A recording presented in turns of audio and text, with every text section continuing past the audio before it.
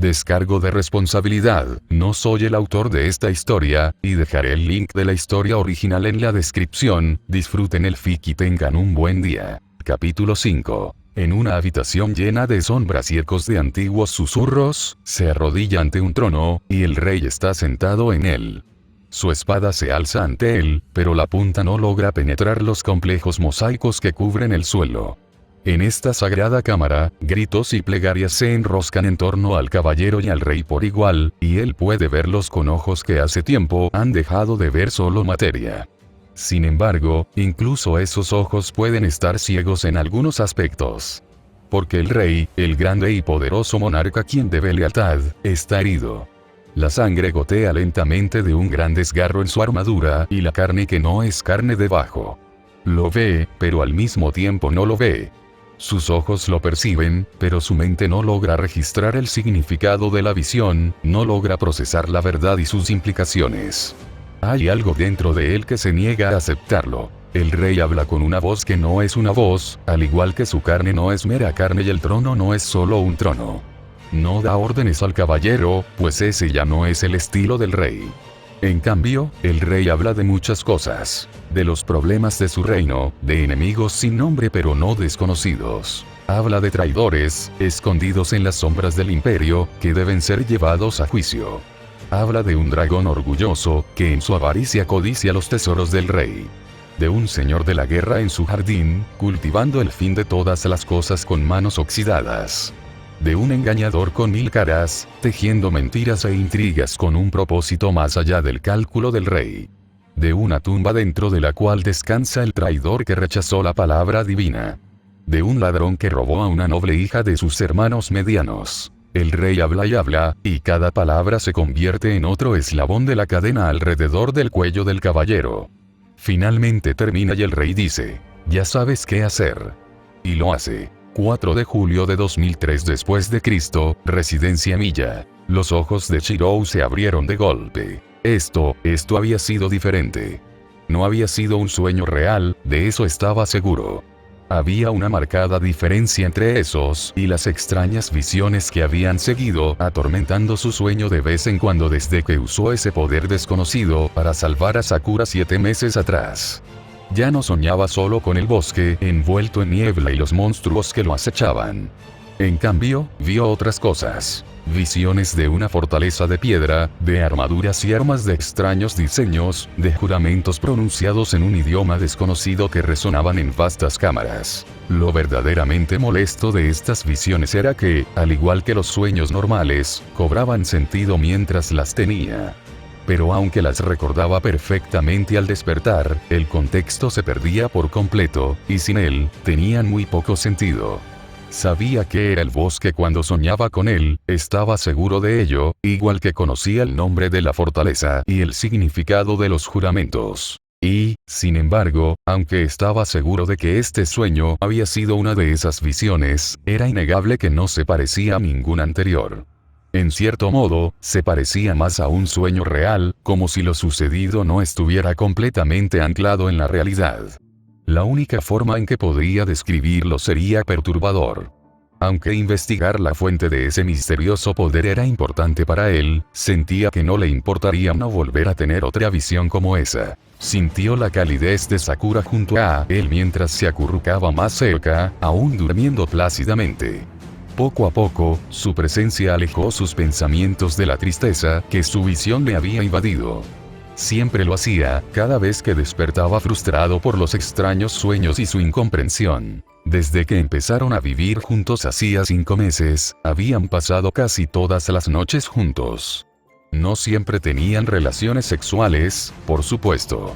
Ninguno de los dos estaba listo para ser padres aún, y exámenes médicos discretos revelaron que el útero de Sakura, que según ella le había dicho a Shirou, había sido destruido por los gusanos cresta, había sido completamente regenerado por la copia rastreada de Avalon que Shirou le había puesto tras rescatarla. Se aseguraron de borrar la memoria de los profesionales médicos que realizaron los exámenes, así como de destruir todas las muestras de sangre y tejido extraídas. Ambos sabían que dejar tales cosas donde un mago enemigo pudiera obtenerlas fácilmente sería el colmo de la insensatez. Fue el mismo razonamiento de más vale prevenir que curar el que los llevó a ocultarle a Rin el rastreo de Avalon de Chirou. Las otras habilidades que Chirou había usado al rescatar a Sakura seguían siendo incomprensibles para él, pero tras unas semanas de prueba y error, logró rastrear a Avalon de nuevo. Las copias no duraron mucho antes de desvanecerse, pero seguían siendo útiles para curar heridas siempre que Chirou infundiera suficiente prana en ellas. Aunque no creían que Rin los traicionaría por sus secretos como muchos magos, era mejor limitar cualquier posibilidad de que esa información se divulgara. Sakura había confirmado lo que el padre de Chirou le había dicho. Los magos, en general, no eran personas morales, y si la torre del reloj se enteraba de que Chirou era capaz de crear copias de un noble fantasma, incluso imperfectas y temporales, acabaría en una mesa de disección en un abrir y cerrar de ojos. Y no era como si Rin estuviera compartiendo toda su propia hechicería con ellos. Después de todo, con un tierno bostezo, Sakura se despertó. Lo miró con los ojos entreabiertos y sonrió. Verlo siempre le devolvía la sonrisa. Buenos días, Sakura. Buenos días, senpai. Más tarde, mientras los dos desayunaban en un cómodo silencio, por una vez, Fujine no había aparecido para holgazanear, ya que estaba ocupada con una reunión de personal temprano. Shiro habló. Es viernes. Fujine espera mi respuesta hoy. Fue leve. Cualquier otra persona podría no haberlo notado. Pero Shiro vio que las manos de Sakura temblaban. Dejando lo que estaba haciendo, se acercó a ella y tomó sus manos entre las suyas. Solo serán unos días, Sakura. El torneo es en Kumamoto, así que el equipo saldrá el lunes y volverá el jueves. Lo sé, susurró. ¿Es tan importante para ti ese torneo de tiro con arco? No, respondió Chirou sin dudar. Si no te sientes con fuerzas, si no quieres que vaya, no iré, Sakura. El torneo me importa poco, más allá de observar la técnica de los demás. Pero ya han pasado 7 meses, Sakura. Juré que nunca te abandonaría, pero tampoco quiero que estés atada a mí. Siento que esta es una oportunidad para que veas lo lejos que has llegado. Le sonrió. Eres más fuerte de lo que crees, Sakura. Pero al final, es tu decisión. Yo estaré bien. Quizás Neesan podría venir a visitarte mientras no estás. Incluso podríamos quedarnos a dormir, sonrió de nuevo ante la idea, y Shirou sintió que la culpa se le quitaba de encima. Todo lo que le había dicho a Sakura era cierto. Desde que le reveló que era hechicero, nunca le había mentido, ni una sola vez, ni siquiera por omisión. Pero verla en apuros, aunque fuera por su propio bien, eso era mucho peor que cualquier pesadilla. Esa es una buena idea. Hablaré con ella cuando la vea hoy. Confío en que no la molestarás demasiado mientras no esté. Vamos, senpai, dijo Sakura riendo suavemente, mientras volvía a comer. Shirou se unió a ella, vigilándola durante toda la comida. Probablemente tendría que advertirle a Rin. Por si acaso. Las bromas de Sakura hacia su hermana se habían vuelto cada vez más atrevidas desde que se reconciliaron. Una parte de él temía lo que encontraría al regresar de la competencia. Después de desayunar y limpiar, Shiro y Sakura fueron juntos a la escuela, separándose solo al llegar a la puerta de la Academia Omurahara. Sakura se dirigió al edificio de secundaria y Shiro al de preparatoria. Mientras Shirou se encontraba en el dojo de arquería, era el turno de Sakura de preparar el aula para el día. No es que no acompañara a Shiro a la escuela cuando no era necesario. En esas ocasiones, simplemente lo seguía al dojo de arquería, viéndolo practicar mientras ayudaba a los demás miembros.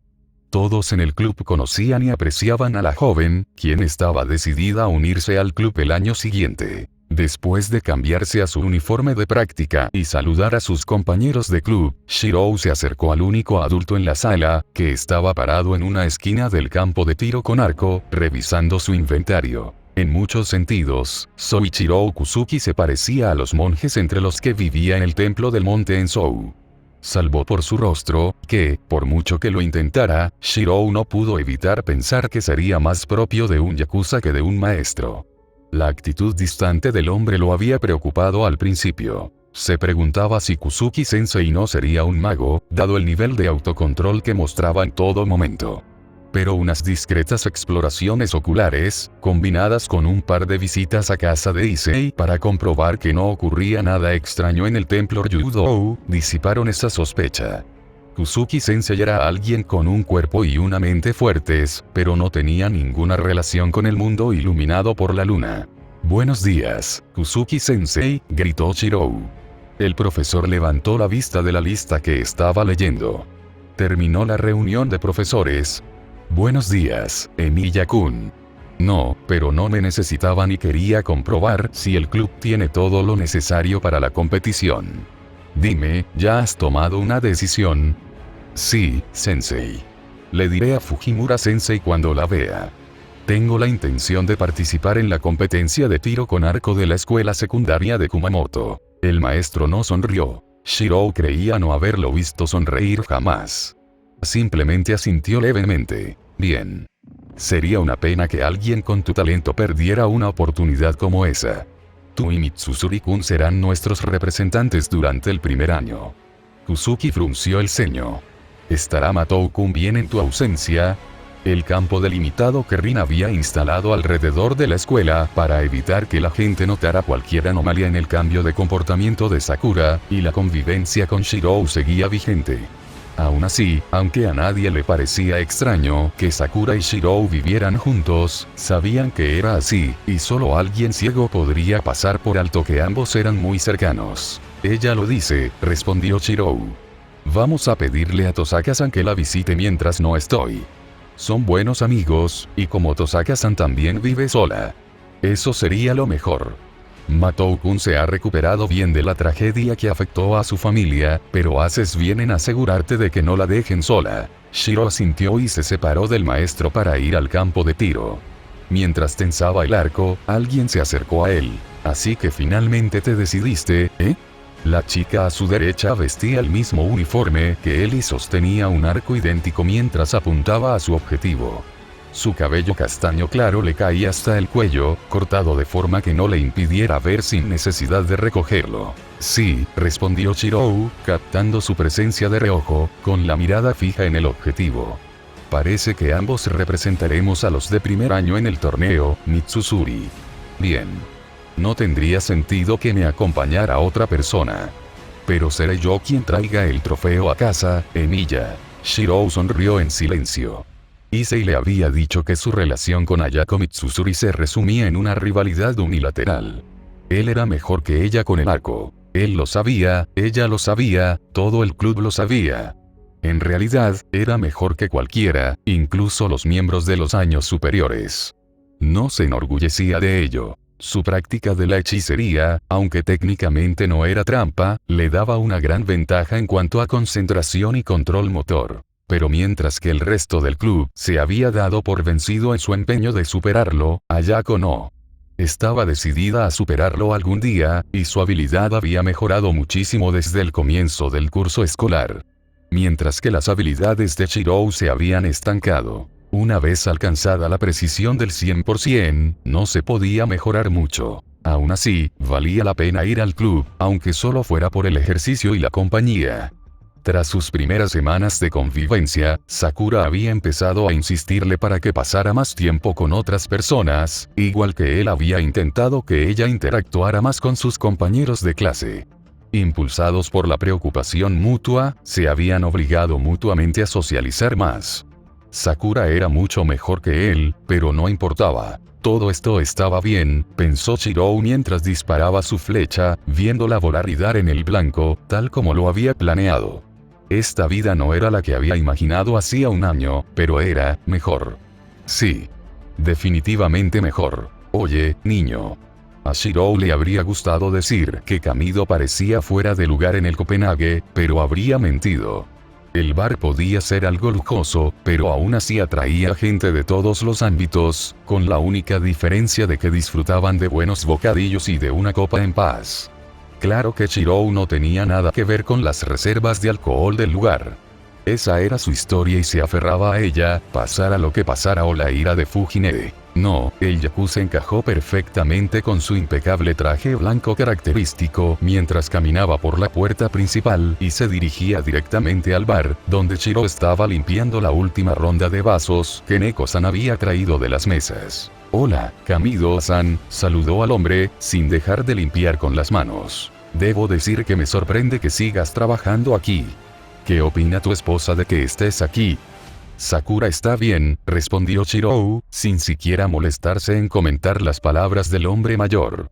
Nos prepara la cena a los dos las noches que trabajo aquí. Así que cuando vuelvas a casa, tu esposa te estará esperando con la comida lista, sonrió el yakuza. Estoy celoso. Shiro suspiró.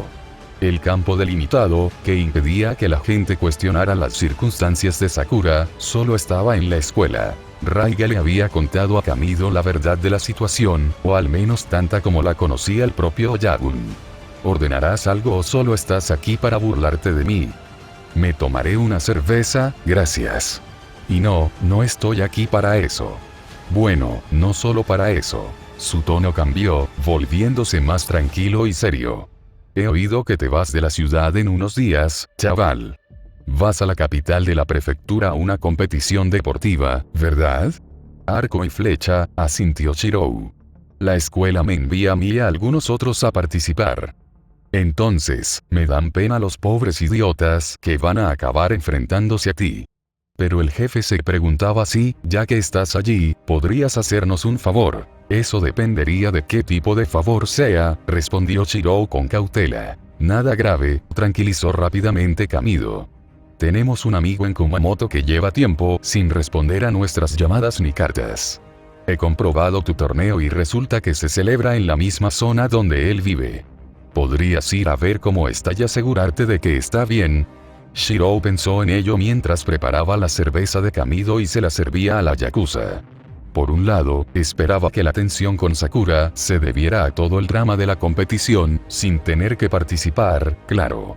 Pero por otro lado, parecía bastante simple, y alguien podría estar en peligro. Uno no deja de responder a los contactos del grupo Fujimura sin una buena razón.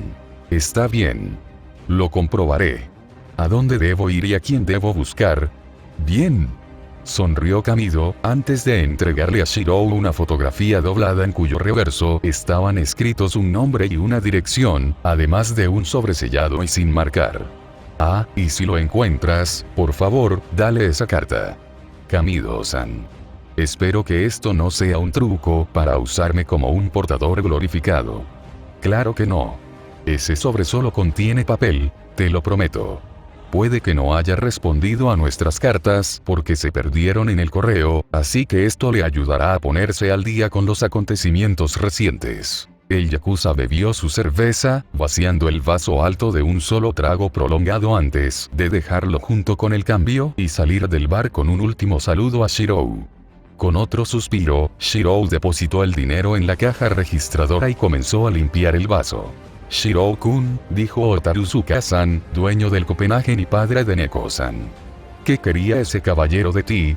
El tono del hombre dejaba claro que conocía, o al menos sospechaba, las actividades criminales de Kamido.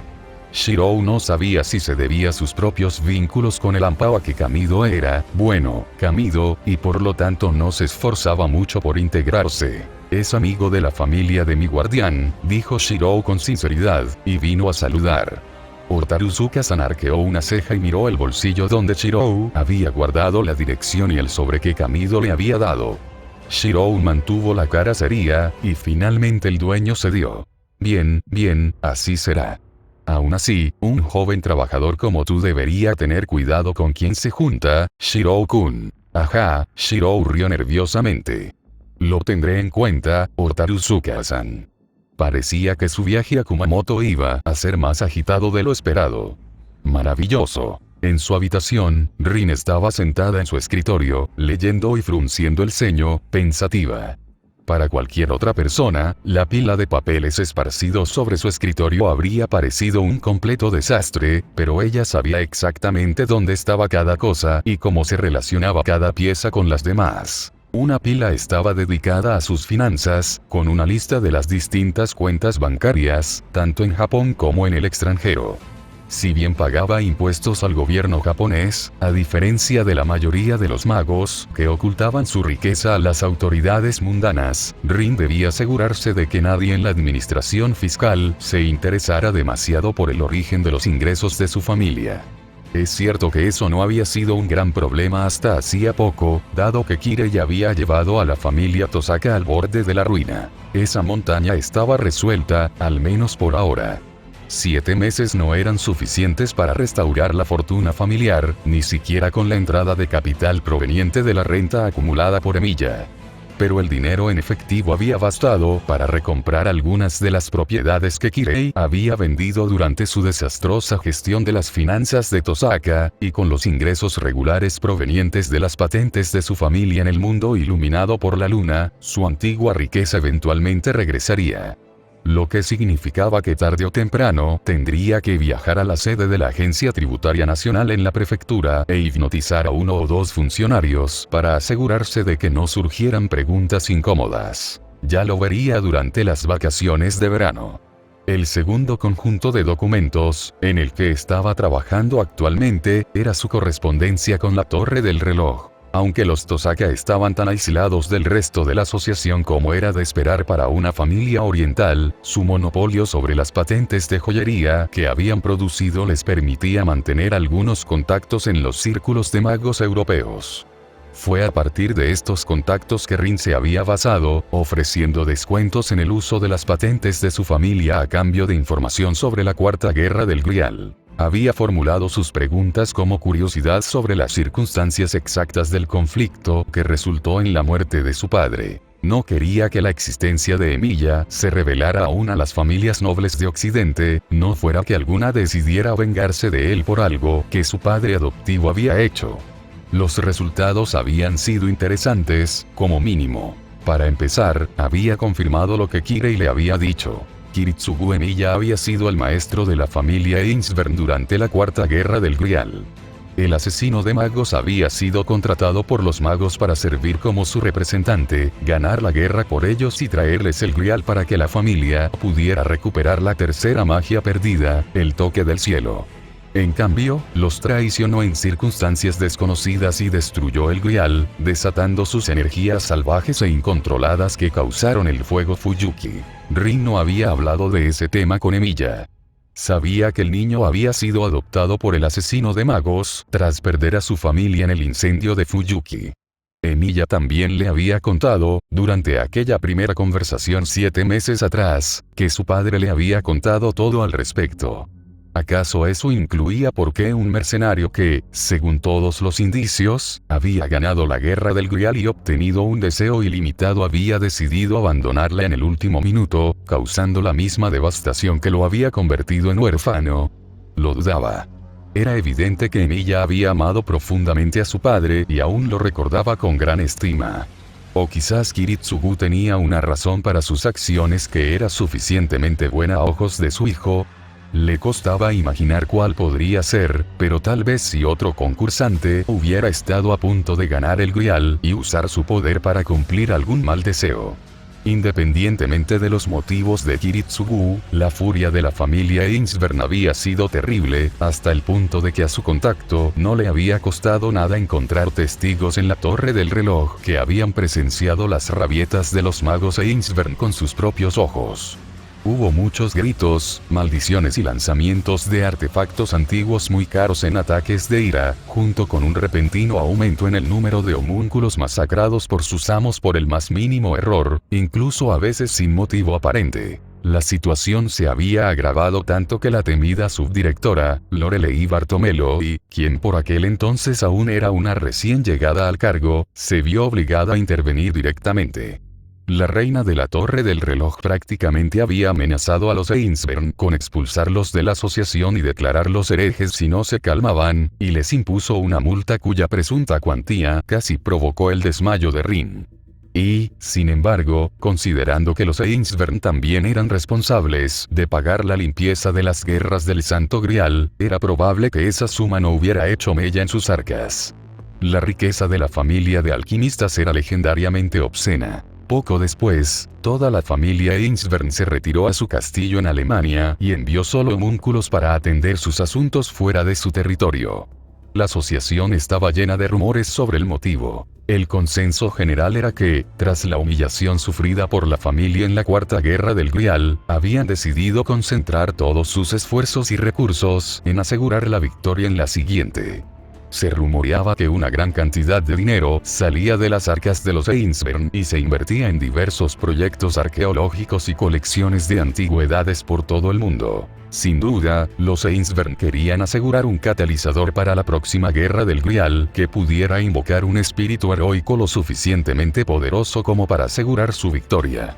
Eso molestó a Rin, dado que era muy probable que ella o sus hijos fueran seleccionados como participantes cuando la próxima guerra del Grial comenzara en unas décadas. Solo esperaba que Sakura y Emilia no fueran elegidos también maestros. No dudó ni un instante que ambos tendrían hijos algún día, y la sola idea de que estos acabaran peleándose con los suyos le revolvía el estómago. Su contacto había buscado más información sobre la Cuarta Guerra del Grial, pero se había topado con un sorprendente callejón sin salida. No se sabía mucho sobre el ritual del toque celestial en la Torre del Reloj, a pesar de que potencialmente era una vía para acceder directamente a la raíz, y a pesar de que uno de los jóvenes señores más prometedores que la Torre del Reloj había visto en años, Kainet el Melloy, de la familia Archibald, murió en él, llevándose consigo a la tumba el invaluable emblema mágico de su familia.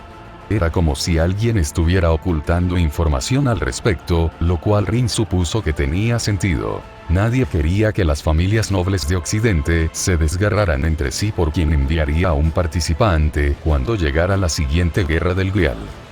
Le contaría a Emilia lo que había descubierto sobre los Ainsburn, como había prometido, siempre y cuando él la compensara por los descuentos que le había ofrecido a cambio.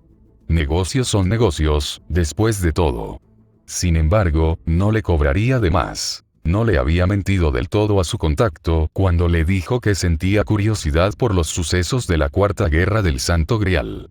Su padre murió en ella, su madre perdió la razón, e incluso algunos de sus amigos de la primaria habían desaparecido. Aquellos a quienes no había podido rescatar del monstruoso pretexto de Caster para ser un maestro. No había descubierto quién había asesinado a su padre, pero sí tenía una lista más completa de los participantes. Kiritsugu Emiya, Tokiomi Tosaka, Kariya Matou, Kirei Kotomine, Kainet el Melloy y Archibald, Wabero Elbet y el asesino en serie, que había sido el maestro de Caster. Al examinar los registros de esa época, incluso la versión censurada de los hechos que se había dado al mundo mundano contenía algunas pistas, había podido reducir la lista de sospechosos del asesinato de su padre. Sus deducciones estaban escritas en otra hoja de papel, en la escritura codificada basada en runas que su familia usaba para documentos importantes. Cuando su padre las visitó a ella y a su madre por última vez, Caster y su maestro murieron en la batalla del río Fuyuki, y Kainet también fue asesinado por el asesino de magos. Esto era bien sabido en la Torre del Reloj, a pesar de los intentos de los Archibald por ocultar la verdad de la vergonzosa derrota de su señor a manos de un mercenario común. El propio sirviente de Kirei, asesino, fue la primera víctima de la guerra, y para entonces el falso sacerdote ya se había retirado. De los maestros restantes, Kariya Matou sin duda tenía un motivo para perseguir a Tokiomi. Según Sakura, su tío se había unido a la guerra del Grial con el único propósito de liberarla de Souken. A cambio del Grial, el viejo monstruo había prometido liberar a Sakura de su control. Sabiendo a qué se había sometido Sakura y los estragos que el entrenamiento de Souken habría infligido en la psique de Kariya para que él, alguien que se había alejado de la hechicería años atrás, pudiera participar en la guerra del Grial, Rin ni siquiera podía culparlo por intentar matar a su padre. Recordaba vagamente el aspecto de Kariya cuando la rescató de los familiares de Caster. Una figura demacrada y vacía, apenas parecida al hombre de aspecto amable, que solía darles regalos a ella y a Sakura, antes de que todo saliera mal. El odio de Kariya hacia Tokiomi por haber entregado a su hija a Souken explicaría por qué pudo haberlo perseguido, pero no cómo logró vencerlo. A diferencia de Kariya, Tokiomi había sido un mago de verdad, que había pasado años preparándose para luchar en la guerra del Grial. Seguramente ni siquiera el monstruoso entrenamiento de Souken sería suficiente para salvar la diferencia entre ellos. Uaberwelvet era aún menos probable que fuera el culpable. El sucesor de Lord Elmeyoy era un adolescente en la época de la Cuarta Guerra del Grial, quien usó una reliquia robada a su mentor para invocar al rey de las conquistas, Iskandar, más conocido como Alejandro Magno. Por alguna razón, Rin no podía imaginar a su padre sucumbiendo a un niño de su edad, y si Rider hubiera sido quien lo mató, seguramente el enfrentamiento entre él y el Servant de Tokiomi habría dejado la residencia Tosaka en ruinas. En cambio, estaba intacta cuando ella regresó después de la guerra, con solo la capa exterior de los campos delimitados a su alrededor derrumbándose debido a la muerte de su creador. Lo que dejaba la última opción. Kiritsugu Emiya, el matamagos. Alguien que se especializaba en abatir magos, incluso cuando se escondían en los talleres más seguros. Alguien que había volado un hotel entero para acabar con Kainet. Alguien que había sido contratado por saber, reconocido como la clase más fuerte de las 7. Un día, ella reuniría el coraje para preguntarle a Emiya si sabía si su padre había matado al suyo. El último tercio de sus papeles eran los apuntes que usaba para entrenar a Emiya y Sakura en hechicería básica. La formación de esta última en ese aspecto era aún más mediocre que la de Emiya. Sakura conocía algunos conceptos básicos de hechicería, pero nunca había recibido ni siquiera la formación más básica, sino que había sido sometida a las viles torturas que se hacían pasar por iniciación en los misterios Matou. Después del primer mes de enseñarle dolorosamente a Emiya los conceptos básicos de hechicería, él le pidió que se concentrara en enseñarle a Sakura, lo que le hizo sospechar que el chico no era tan inútil en hechicería como parecía durante sus lecciones. Quizás podría preguntarle a Sakura sobre los misterios de Emiya cuando estuvieran juntos en casa de Emiya, ya que este se iba a Kumamoto. No presionaría a su hermana, por supuesto. Su principal razón para ir era asegurarse de que Sakura estuviera bien en ausencia de su salvador, tal como él le había preguntado cuando hablaron de ello ese mismo día. Entonces, ¿participarás en la competición de tiro con arco después de todo, Emiya-kun? Sí. Sakura estará sola en casa 2 noches, y preferiría que tuviera a alguien de confianza cerca cuando eso suceda. ¿Podrías quedarte con ella mientras no estoy? Se está recuperando, pero aún le queda mucho camino por recorrer. Si sabes que tu ausencia le va a hacer daño, respondió enojada, entonces ¿por qué vas a ese estúpido torneo en primer lugar? Porque no quiero que dependa completamente de mí para funcionar toda su vida, Tosaka. No pienso abandonarla nunca, pero es mejor que pueda valerse por sí misma. Había aceptado, por supuesto. Hacía tiempo que se había prometido a sí misma que no perdería ninguna oportunidad de pasar tiempo con su hermana a menos que fuera por una muy buena razón. Pero Emiya tenía razón. Sakura estaba completamente apegada a él. Podía estar separada de él. De lo contrario, ir a la escuela habría sido incómodo. Pero lo amaba con un grado enfermizo. Tenía sentido. Después de todo, la había salvado de un tormento indescriptible, y lo había hecho sin ninguna otra razón aparente que porque era lo correcto. Ciertamente no había sido para apoderarse de los misterios Matou. Los secretos de la familia fundadora se habían perdido en el incendio que consumió la finca Matou, y Sakura sabía muy poco de la magia de su familia adoptiva. Si ese hubiera sido su objetivo, al menos habría saqueado la casa al salir, pero por lo que Rin sabía, en realidad había ido directo a su propia casa para curar a Sakura. Parecía que Shiro Emiya era exactamente lo que aparentaba. Un joven bondadoso que, tras enterarse de que su querida amiga estaba siendo maltratada por su familia, había hecho todo lo posible por rescatarla. Solo que esa historia, por hermosa que fuera, carecía de sentido. De los 2 aprendices no oficiales de Rin, Sakura parecía ser, con diferencia, la más talentosa. Emiya poseía fuertes reservas de Odi circuitos de buena calidad para ser un mago de primera generación, pero había una razón por la que Sakura había sido entregada a los Matou en lugar de a una familia mundana. La hermana menor de Rin era tan prodigio en hechicería como ella, aunque en una dirección diferente. Ya había superado a Rin en campos delimitados, adaptando su rasgo de números imaginarios a este tipo de hechicería con gran éxito. Fue ella quien reforzó el campo delimitado alrededor de la residencia Emilia, añadiendo defensas reales a las de alarma y supresión de ruido que Emilia había heredado de su padre. Incluso después de 7 meses de visitas regulares a la residencia Emilia, Rin aún desconocía por completo sus misterios. Afirmaba ser esencialmente un mago de primera generación, al que su padre solo le había enseñado los fundamentos del refuerzo y el agarre estructural, y si Rin solo se basara en su actuación cuando les enseñó a él y a Sakura, le habría creído. Pero ningún mago de tercera categoría habría sido capaz de entrar en la casa Matou, matar a Souken y sanar lo que le habían hecho a Sakura. Rin aún tenía pesadillas por la descripción que Emilia le había dado del trato que recibió su hermana a manos de la familia Matou. Que la chica aún estuviera cuerda, y mucho menos que estuviera tan avanzada en el camino de la recuperación, era prueba de su fortaleza. Rin no creía que hubiera sobrevivido tanto tiempo como Sakura. Que Emilia hubiera logrado curar a Sakura, y que Rin la hubiera examinado personalmente una vez que se sintió cómoda con su presencia, solo para confirmarlo, hablaba, en cambio, de un nivel de misterios que rivalizaría incluso con los propios sanadores de la iglesia. Quizás era un código místico heredado de su padre. Sin duda, explicaría cómo tanto él como el asesino de magos habían podido derrotar a poderosos magos en su taller si contaban con algo que les permitiera atravesar los campos delimitados. Al recordar lo que había presenciado el día que se enfrentó a Emilia, era evidente que poseía una especie de ojos místicos que le permitían observar fenómenos mágicos de forma similar al análisis estructural, solo que sin necesidad de tocar el objetivo. En retrospectiva, no debería haberlo interrumpido cuando él enumeraba todo lo que sus ojos podían ver al mirarla. Eso le habría dado una idea más completa de lo lejos que podían ver esos hermosos ojos dorados. Espera, hermosa, pensó, sobresaltada. ¿De dónde salió eso? Oh, Rod, estoy sola en mi habitación pensando en lo bonitos que son los ojos de un chico, se dio cuenta de repente, y sus mejillas se calentaron. Bueno, ella tenía el deber de continuar el linaje Tosaka como su último miembro reconocido. Y Emilia sin duda era un buen partido en ese sentido. Poseía potentes circuitos mágicos y griega.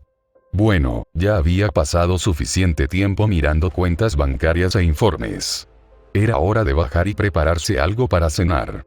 Todo esto era culpa de Sakura. Su hermana menor no dejaba de presumir de su cercanía con Emilia cada vez que Rin las visitaba, abrazándolo y besándolo delante de ella, siempre con una sonrisa al mirarla después. Rin se sentía un poco incómoda al respecto. Por un lado, siempre le alegraba ver a Sakura sonreír más. Por otro lado, la avergonzaba muchísimo, sobre todo cuando Sakura comentaba lo mucho que disfrutaba del cariño de su senpai, insinuando a continuación que Rin también las buscaba. Lo cual no estaba mal, Rin era lo suficientemente consciente como para darse cuenta de que estaba enamorada del pelirrojo, pero desde luego no ayudaba a su dignidad como maga y hermana mayor. Un vistazo rápido al reloj le indicó que era demasiado tarde para ir a cenar a Emilia, algo que no le avergonzaba admitir que había hecho muchas veces en los últimos 7 meses. Formaba parte del acuerdo al que habían llegado sobre el alquiler que Emilia le pagaba como segunda dueña y como maestra suya y de Sakura en los aspectos más básicos de la hechicería. Mientras pudiera comer su comida unas cuantas veces a la semana, bueno, a veces más que unas cuantas veces, cualquier otro pago podía ser condonado. Otros magos podrían haberse burlado de lo bajo que era el precio, pero al diablo con ellos.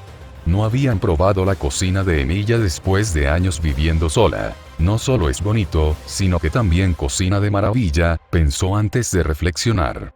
Sí, definitivamente es hora de dejar de trabajar por esta noche. No era como si hubiera algo urgente que requiriera su atención, después de todo. Entiendo. Por favor, venga a verme a la iglesia cuando llegue. Tengo información que creo que necesitas saber antes de dar el paso. No, es mejor que se la diga en persona que por teléfono, hay cosas que necesito verificar antes de decírselas. No quiero que se haga falsas suposiciones y me equivoco. Sí. Que tenga buen viaje.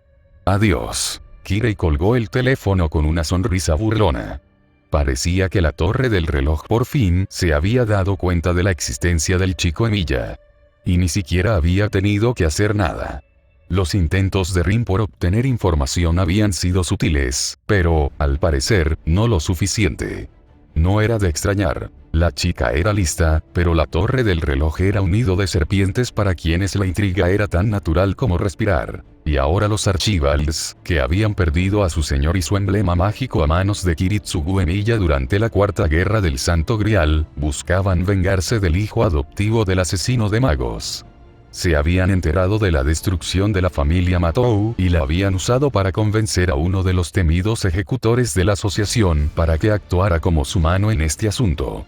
A Kirei le divertía que, a pesar de todo su orgullo, los Archibalds no enviaran a uno de los suyos para vengar el desaire a su honor. Temían los Archibald perder a más de los suyos ante los Emiya, o querían minimizar el riesgo de que su ataque no autorizado contra alguien ajeno a la asociación saliera a la luz.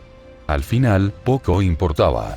El hecho de que los Archibald estuvieran dispuestos a vengarse de alguien que solo era un niño sin parentesco al momento de la muerte de Kainet ya demostraba que su orgullo superaba la lógica.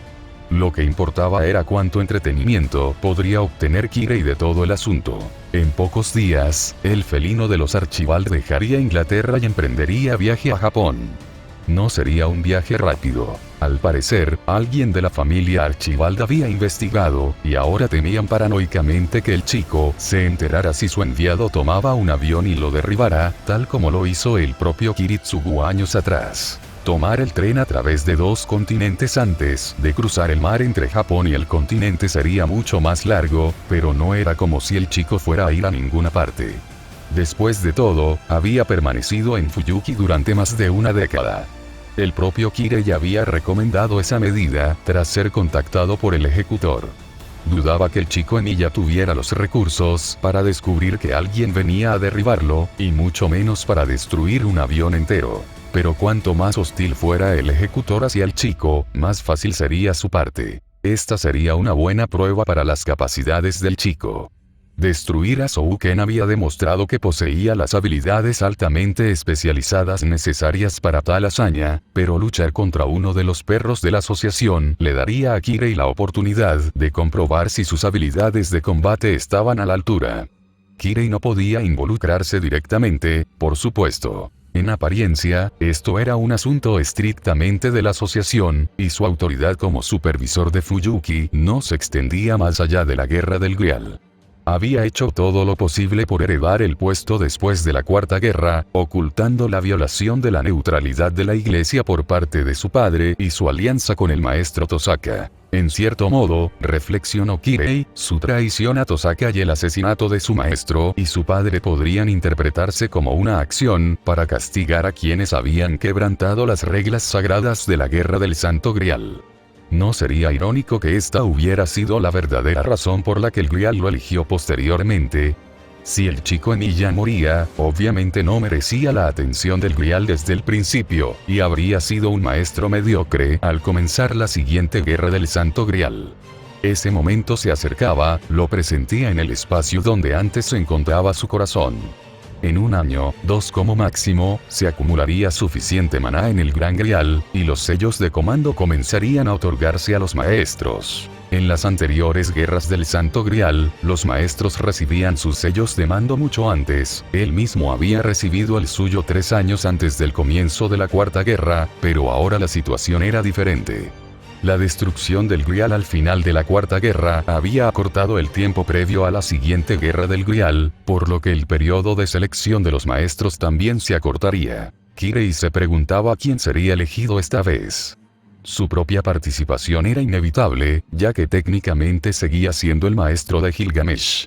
También se elegiría un maestro de cada una de las 3 familias que habían creado el sistema del Gran Grial: los Matou, los Tosaka y los Einsvern.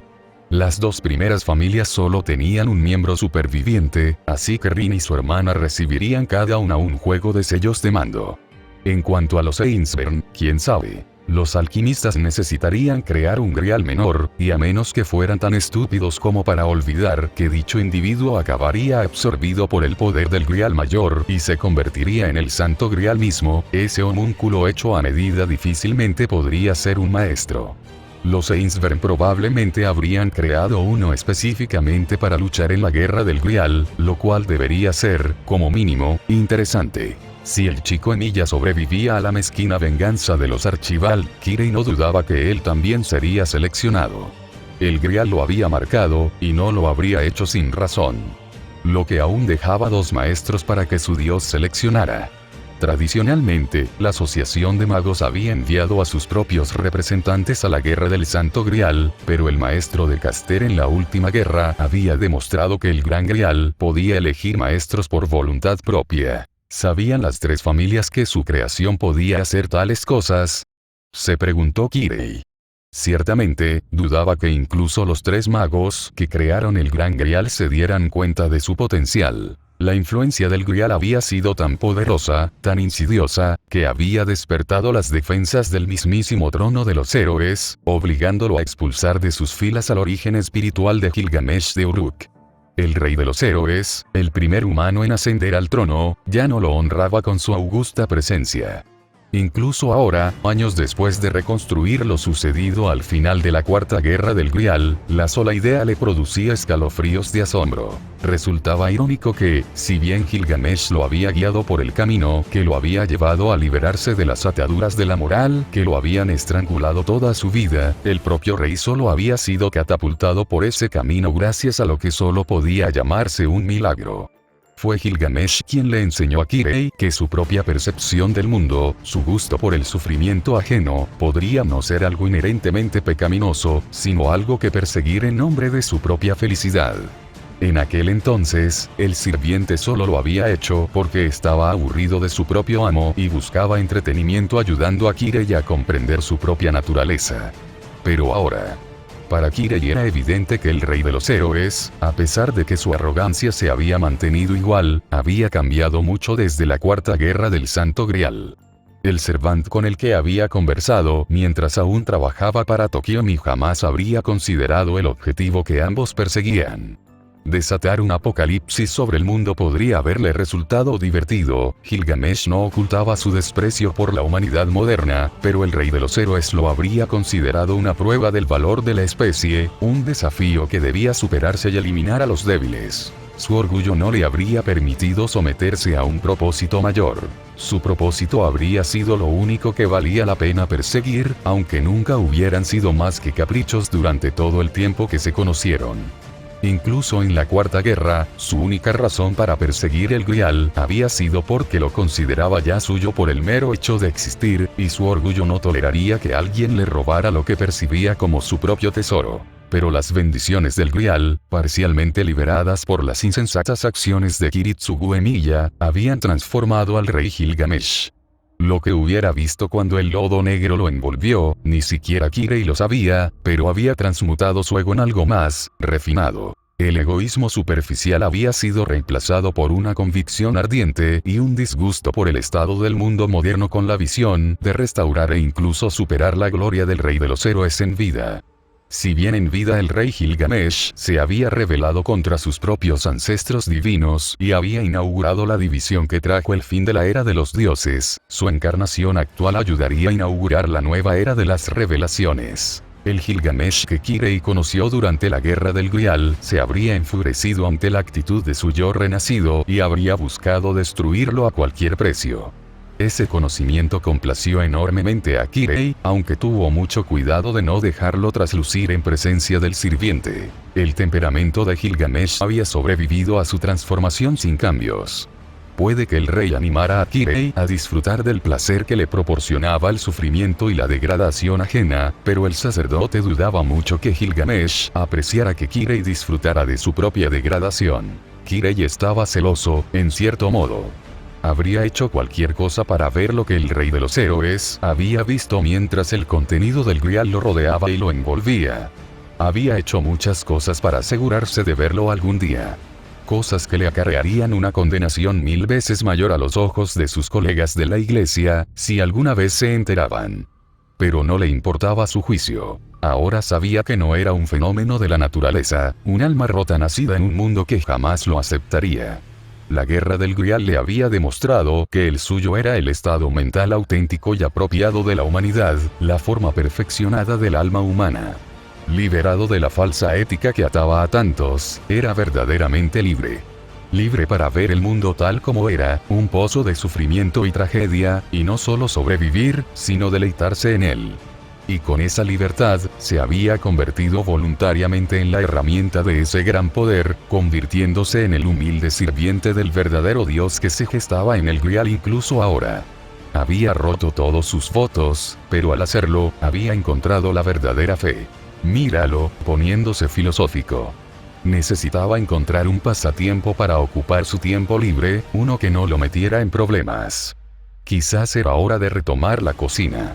Había dejado de hacerlo después de que Rin ya no dependiera de él para la mayoría de sus comidas durante su entrenamiento, pero inesperadamente, había desarrollado un gusto por la comida especiada que había preparado al principio, solo como una forma más de hacerla sufrir. Quizás no debería criticar a Gilgamesh por ser mezquino. No es que él mismo estuviera por encima de esas cosas. Hola a todos. Esta historia está teniendo mucho éxito, con muchos de ustedes dejando excelentes reseñas, lo que siempre me motiva a seguir escribiendo. No me enorgullezco, pero es la verdad. Aquí estamos, 7 meses después de la muerte de Souken y Shinji, y Sakura y Shiro empiezan a vivir juntos. La situación empieza a cambiar, las fichas de dominó caen y otras metáforas siniestras. Además, para entonces, creo que muchos de ustedes deberían empezar a comprender qué le pasa a Shirou. Si no, los próximos capítulos deberían dejarlo dolorosamente claro. Al menos para nosotros, el pobrecito va a tener problemas durante bastante tiempo. El monólogo interior de Kirei al final es mi último intento por explicar las extrañas revelaciones del final del último capítulo. Una vez más. Se trata de un universo alternativo, o, con muchos elementos de Fate modificados para facilitar el crossover. Cosas que son imposibles según la mecánica del verso creado por Typhon, son muy posibles en esta historia. Después de todo, el lema de este fic, su único propósito, se resume así: desafiar la tiranía de la luna y la sombría oscuridad de las estrellas. Y dado el contexto al que me enfrento, tendré que hacer trampas si quiero triunfar. Bueno, volví a ver Fate/0 para asegurarme de tener bien claros todos los detalles de la Cuarta Guerra, y, bueno, ya saben. Espero que esta sea la última vez que tenga que hacerlo. No es que la historia no esté bien escrita, animada o doblada, es solo que me gustan las historias con finales felices. Por cierto, si ves a un monstruo gigante con tentáculos avanzando lentamente hacia ti mientras lucha contra un grupo de superpoderes, corre. No te quedes ahí esperando a que te lo coman. En serio, esa escena me molestó muchísimo. Uno pensaría que los japoneses sabrían que no deben quedarse a ver la batalla de los kaiju. Por otra parte, si crees saber quién es el contacto de Rin en la asociación y quién es el ejecutor enviado por los Archibald, probablemente tengas razón. Encontrarlos no fue difícil, lo cual siempre es bueno. El próximo capítulo será de Warband of the Forsaken Sons, un poco más corto de lo habitual para este fic, pero así serán los siguientes, que debería estar terminado hoy o mañana. Como muchos de ustedes, al menos la mitad, si mis estadísticas de lectura son correctas, estoy actualmente aislado y estoy aprovechando la situación al máximo intentando escribir lo máximo posible. Como ya he dicho, tengo todo el arco argumental actual planeado, y ahora, gracias a algunas personas de Space Battles y sus sugerencias, incluso tengo un nombre que llevaba semanas dándole vueltas. También tuve un destello de inspiración que me permitió finalmente completar la lista de maestros y sirvientes para la Quinta Guerra del Grial, tras pasar meses preguntándome a quién debería usar como asesino. Ojalá el siguiente capítulo de esta historia esté listo antes de que empiece la semana que viene, pero no prometo nada. He aprendido la lección. Como siempre, si tienen alguna pregunta o algo que decir, por favor, dejen una reseña o envíenme un mensaje privado. Estén donde estén, cuídense, y espero que este capítulo les haya entretenido. Zariel fuera.